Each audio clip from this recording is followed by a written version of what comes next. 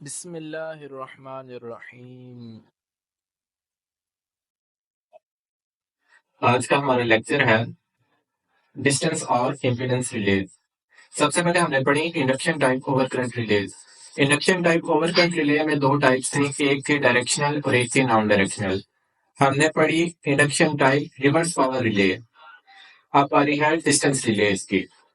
इसको impedance release भी कहते हैं। ये वाली रिले ट्रांसमिशन लाइंस में इस्तेमाल होती हैं। इसको इम्पीडेंस रिले क्यों कहते हैं? इसको इम्पीडेंस रिले इसलिए कहते हैं कि जैसे जैसे ट्रांसमिशन लाइन के साथ ट्रेवल करें तो इनकी इम्पीडेंस बढ़ती जाती है। जैसे जैसे डिस्टेंस बढ़ता जाता है इम्पीडेंस भी बढ़ती जाती है।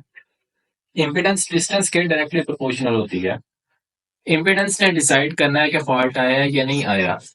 इससे पहले induction type over current relay में इलेक्ट्रोमैग्नेट की प्राइमरी साइड पर जो करंट आता था वहां से कंट्रोल होता था कि फॉल्ट आया या नहीं आया।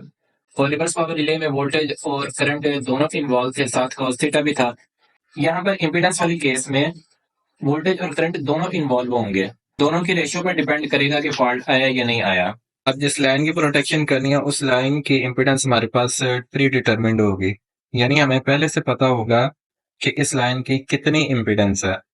इम्पीडेंस पे डिपेंड कर रहा होगा कि रिले ने ऑपरेट करना या नहीं करना, और इम्पीडेंस डिपेंड कर रही होगी वोल्टेज और करंट पे। इस रेशियो पर डिपेंड कर रही होगी। अब जब फॉल्ट आएगा तो वोल्टेज नियरली जीरो हो जाएगा और करंट बहुत बढ़ जाएगा। न्यूमिनेटर की वैल्यू कम होने से और डिनोमिनेटर की वैल्यू बढ़ने से इम्पीडेंस की वैल्यू जो है वो कम हो जाएगी। अब जब इम्पीडेंस की वैल्यू कम हो गई तो ये फॉल्ट कंसिडर होगा। यानी अगर फॉल्ट से पहले इम्पीडेंस है ZL तो फॉल्ट के बाद इम्पीडेंस हो जाएगी ZF। चलिए अब इसकी सर्किट डिटेल्स देखते हैं। ये सबसे पहले हमारे पास है जनरेटिंग स्टेशन। इससे आगे चलते जाएं तो यहाँ पर एक सबस्टेशन आ गया। इससे आगे देखें तो यहाँ सर्किट ब्रेकर आ गया, और आगे जाएं तो यहाँ पर एक सीटी लगा हुआ है। ये आगे हमारे पास इम्पीडेंस रिले। इसको दो तरफ से सप्लाई आ रही है, एक तरफ से सीटी से सप्लाई आ रही है और एक तरफ पीटी से सप्लाई आ रही है। ये ट्रांसमिशन लाइन है। इसके बाद फिर से एक सर्किट ब्रेकर आ गया और एक सबस्टेशन आ गया। ये इम्पीडेंस रिले का प्रोटेक्टेड सेक्शन है। ये एक ट्रांसमिशन लाइन जा रही है और इसकी इम्पीडेंस है ZL। अब यहाँ पर फॉल्ट आ गया। फॉल्ट आने से क्या होगा कि इस लाइन की जो इम्पीडेंस है वो कम हो जाएगी। कम किस तरह होगी? क्योंकि वोल्टेज नियरली जीरो हो जाएगा और करंट बहुत बढ़ जाएगा। फिर इसको हम कैलकुलेट करेंगे तो इम्पीडेंस लाइन इम्पीडेंस से कम हो गई होगी। फॉल्ट के बाद इम्पीडेंस हो जाएगी ZF। ZL फॉल्ट से पहले वाली इम्पीडेंस होगी। अब जब इम्पीडेंस कम हो जाएगी तो ये फॉल्ट कंसिडर होगा और रिले सर्किट ब्रेकर को ट्रिप करवा देगी। अब अगर पार्ट इस प्रोटेक्टेड सेक्शन से बाहर आ गया तो फिर क्या होगा? इस केस में इम्पीडेंस जो है प्री डिटरमिन्ड वैल्यू से बढ़ जाएगी।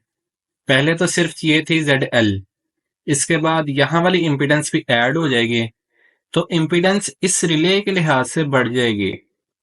अब जब इम्पीडेंस प्री डिटरमिन्ड वैल्यू से बढ़ जाएगी तो इस रिले के लिए फॉल्ट ही कंसिडर नहीं होगा, तो ये ऑपरेट ही नहीं करेगी। ये सारा प्रोसीजर था डिस्टेंस रिले के ऑपरेट करने का। इसमें भी दो टाइप्स हैं, एक है डेफिनेट डिस्टेंस रिले और एक है टाइम डिस्टेंस रिले।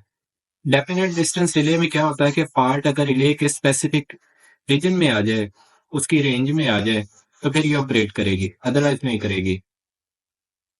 और टाइम डिस्टेंस रिले में होता है कि पार्ट अगर रिले से दूर है तो रिले ऑपरेट करने में टाइम लेगी, अगर रिले के करीब है तो जल्दी ऑपरेट कर जाएगी। तो स्टूडेंट्स, ये था आज का हमारा लेक्चर। आई होप आपको काफ़ी चीज़ें क्लियर हो गई होंगी। इसमें अगर आपका कोई क्वेश्चन है तो आप कमेंट करके पूछ सकते हैं। वीडियो पसंद आई हो तो वीडियो को लाइक कर दें, चैनल को सब्सक्राइब कर लें और बेल आइकन पर क्लिक कर दें। Thank you very much.